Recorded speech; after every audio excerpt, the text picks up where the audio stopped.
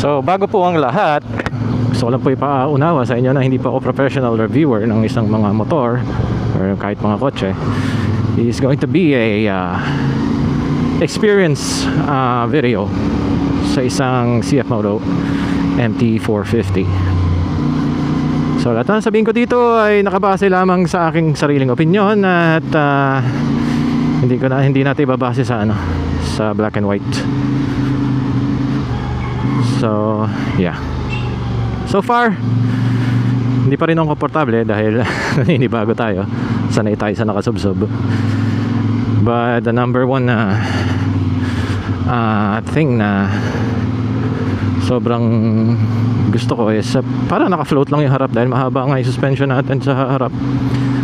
Malapad yung gulong, or I mean malaki yung bilog ng gulong, so komportable siya sa mga lubak and I love it. So ayan na yung ulan, parating na. Oh my god, ayan oh, ayan na yung ulan. Patay tayo nito, pero magpapaulan na nga talaga tayo. Mga simpleng lubak sa konkretong kalsada, not a problem. Oh my god, this is so good, no? Sa sports bike ko, Diyos ko, I really need to slow down para ma-minimize ang impact, para hindi tayo mabasagan ng bearing. But in this one, parang wala siyang pakialam. Mga ganitong lubak, bali wala. Naramdaman ko yung mga lubak sa puwitan, pero sa harapan it is not existing. So third gear, uphill, okay naman. Power is good enough. Yeah, malaking difference sa comfort. It is really an adventure bike, no? For a lower price you can get all this.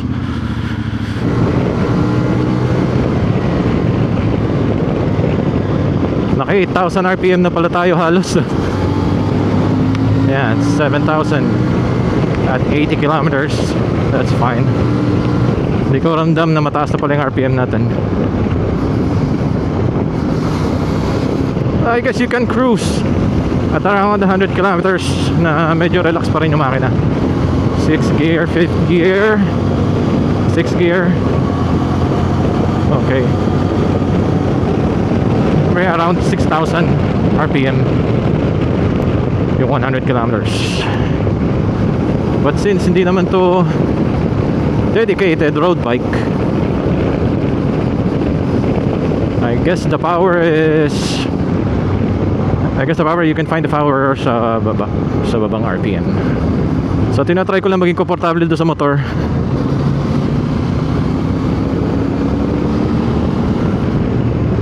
Sobrang taas ng pakiramdam ko, para ako nakaangat, pero seat height is not that high.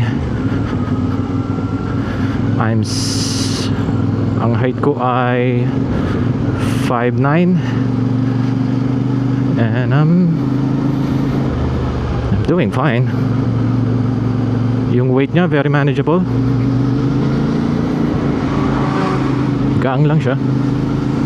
Actually iba yung opinion ko dati sa mga CF Moto, kasi yung natry kong CF Moto dati na naked bike, mga unang panahon pa yun ng CF Moto, may kabigatan yan. Yung NK 450 ba yan? 400, nasa yun nasa 200 kilos yun but this one is only 175 if I'm not wrong. I like it. Ganito pa lang naka-adventure, parang yung kalsada hindi ko gaano iniisip. I don't really care much about the terrain, kung anong kondisyon ng kalsada, kasi alam ko it's a breeze pagdating sa bike na to, or in general sa mga adventure bike. Pero sa features niya, yeah, sulit yung binayad mo na mas mura kumpara sa mga Kawasaki or Honda or what else ba yung bagong F450 ng, oh my god, bali wala yung lubak. Yung bagong labas ng BMW, yung F450, type na type ko yun, kaso may kamahalan yun, buddy. So tayo ng konti dahil malubok, pero okay na okay, baliwala, nakakatuwa. Oh, medyo maputi, kakalinis lang ni bossing, pero okay lang yun. Siya na bahala maglilis yan, rider-rideran. Ikaw lang maglilis ha. Mamaya umuulan, sigurado putik na naman to. Tatayo tayo konti. Alright. Woo! Yeah!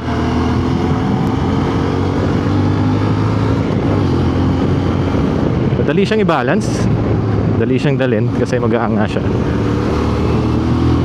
Power is okay. I think it's too early to say anything bad about this bike. Maybe later. Hinahanapan ko pa siya ng mga kahinaan.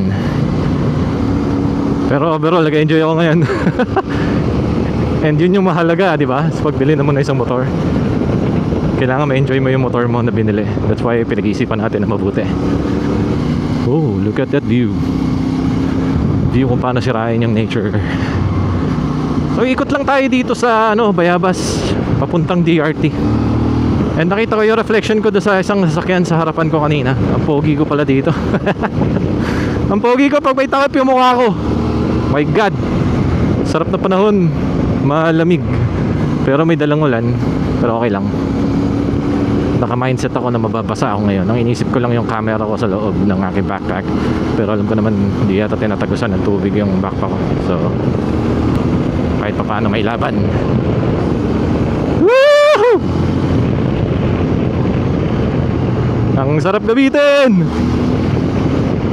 Bibili ba ako nito? Oh shit, mataas.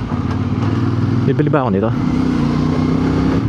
To be honest, I'm not ready to venture out at pumunta kay CF Moto. That's honest opinion. Galing pa sa akin, personal preference. Not yet, not at this decade. Pero kung kukuha ko ng isang adventure bike sa middleweight, I'll go for ano nga yun? NC ba? NX? NC 500 ng Honda. Ganitong size lang din yun. It has the CBR 500R and CB 500 na makina. So definitely sure na napaka-torquey ng motor na yan. So I might go that way kay Honda. Honda fanboy din naman kasi tayo, pero syempre comfort zone, kung saan panatagal loob mo, doon ka. Pero kung ready ka gumastos without thinking about the after sale services, you can try other brands. Especially si CF Moto ngayon sobrang sobrang aggressive ng marketing nila. And sunod-sunod yung labas nila ng mga bagong models. So sana lang sunod-sunod din yung dala ng tuloy-tuloy din yung deliver ng kanilang services, especially for parts, kasi marami akong nakita na CF Moto ngayon na hindi nila alam gagawin kung saan sila kukuha ng pyesa. Like for example yung clutch cable, may mga nanghihingi pa na tulong, hindi nila alam gagawin kung saan kukuha, ganun. The first mindset dapat is punta ako kay Casa, ganun dapat yung first mindset. Pero yung ibang nakikita ko kasi mga CF Moto owners, hindi naman lahat, no? Hindi ko rin kasi alam yung takbo ng market ni CF Moto talaga at yung services nila, after sale services. Pero dapat sa Casa ang takbo mo, no? Kung mawalan ka ng pyesa, kailangan mo na pyesa. Pero hindi yun ang nakikita ko Pwede nagkakamali ako, pero yun yung nasa isip ko. Sabihin nyo na lang kung mali yung iniisip ko. So may isang bagay ako na-realize habang ginagamit yung motor na to. Mas mapapabilis yung biyahe ko. Why? Kahit mas mahina yung makina niya, kahit hindi siya ganun kabilis, kasi baliwala yung lubak. Hindi kagaya nung kung paano ko inalagaan yung suspension ng CBR 650 ko. Kasi doon talagang kailangan mo mag slow down sa mga lubak. But on this kind of bikes, it's a different story. So mas mapapabilis yung biyahe mo. So yun yung na-realize ko. It is a slower bike but a different configuration. Mas mabilis yung biyahe mo, mas komportable. Yes. Baka bumili tayo na adventure bike next year. Baka lang naman. Pero siguro hindi na muna. Hindi ako nagkasalitaan tapos. Ang pangit ng kalsada dito. Welcome to Bulacan. Lubacan. Bulacan. It's probably the same thing, no? Yung mga ganyan, no? Ang bihira. Gumagapang ako dyan pagdating sa CBR ko. Dito wala. Naka-on ba ABS natin? Not sure. Mamaya natin kalikutin. Okay pa naman yung takbo natin.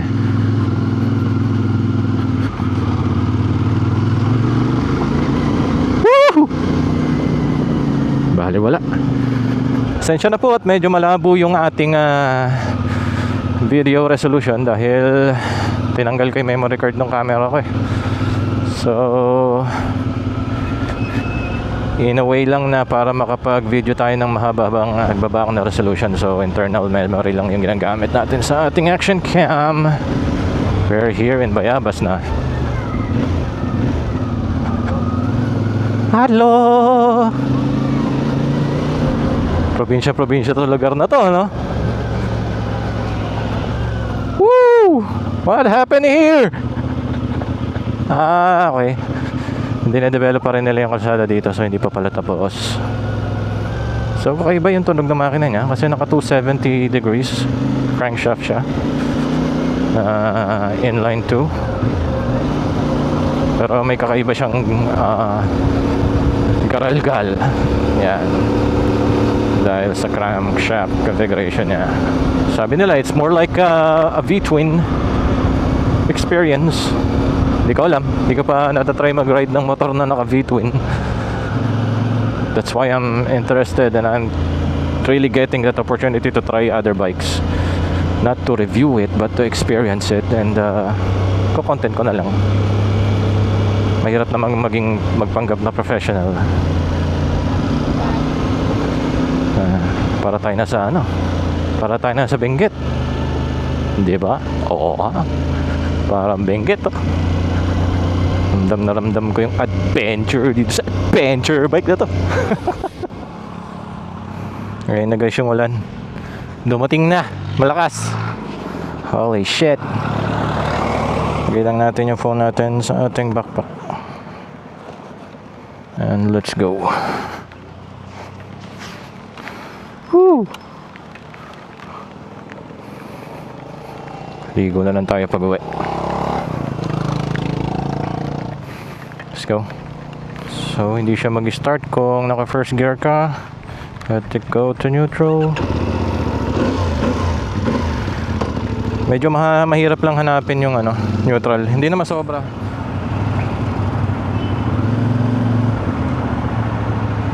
Hirap kapain ng neutral.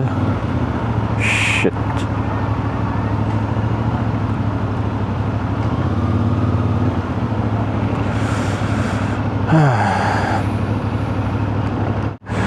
Tapos ay pumasok na segundo. Tigas. Ayun.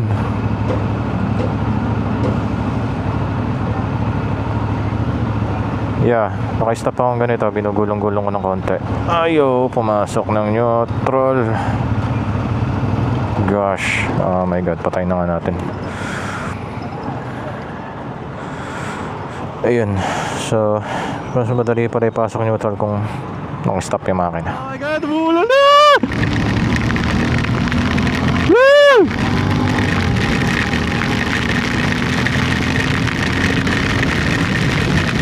Aray ko, ang sakit sa balat. Dahan-dahan lang tayo, baka madulas.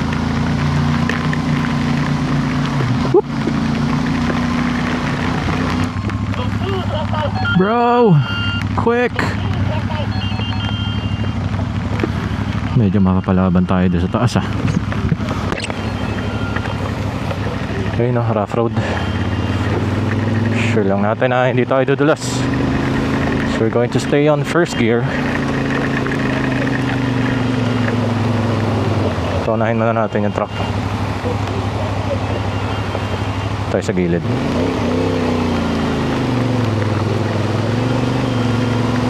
Woohoo! Malakas ang ulan, grabe. I like it. Masing kalsada to. Tangin na, baka malalim to ah. Oh shit! Oh yeah! Holy crap! Baliwala! Oh yes, that's how you do it. That's how you do it, baby! Woohoo!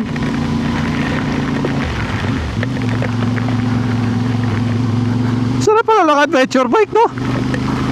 Baliwala oh! Panis!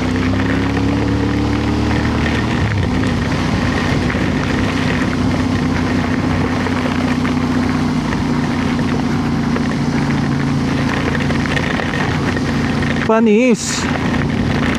Yan oh. Second gear.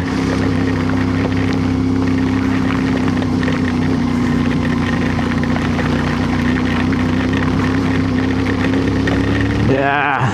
Hindi tayo nakapag-viral, umulan. Lang naman basahin natin yung camera natin. But it's okay. The experience, tuloy-tuloy pa rin. I love it. Hindi pa mag-aanong namang ano, hindi pa naman ganun ka-extreme yung dinadaanan natin, no? But we're enjoying it, and that's the most important thing. Hindi ko kayang gawin to sa sports bike ko. Ah my god. Medyo foggy na yung loob na helmet ko, pero visible pa rin naman yung kalsada. Tabi muna tayo sa arko. Check ko lang yung bag ko. Ito muna tayo sa waiting shed.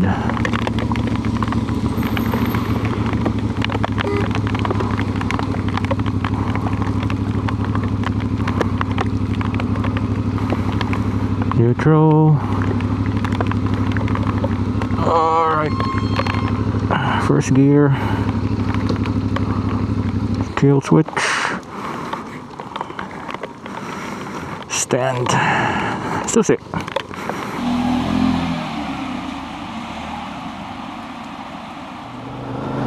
My god. This is amazing. Baliwala. Sa motor na ito ang mga ganitong kalsada. Okay. Nakakalasa tayo ngayon ng isang adventure bike na magaang, enough power, can go anywhere.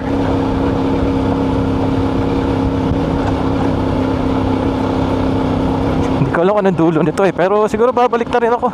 Hindi ko alam kung saan papunta to eh.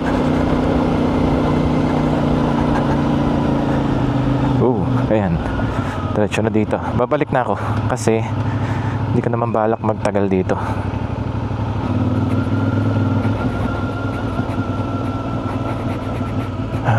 Ang ganda dito.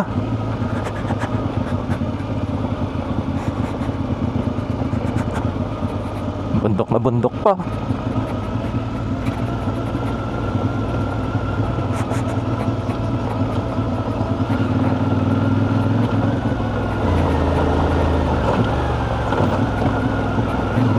Yep, sumisipa yung ABS niya. If I press off,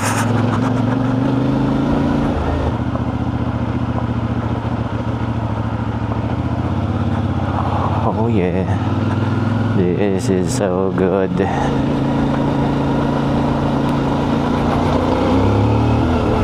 Oh, whoa, whoa, whoa, whoa. Yeah. Hindi ko alam kung naka-on yung traction control eh. Possibly naka-on yung traction control.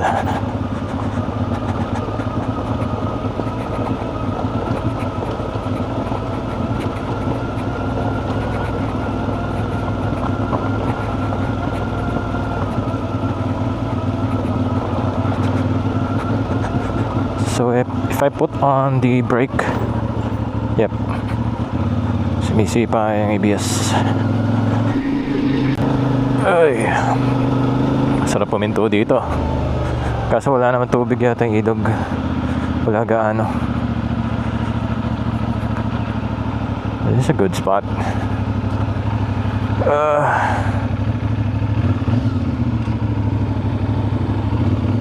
Alright, pabalik na tayo.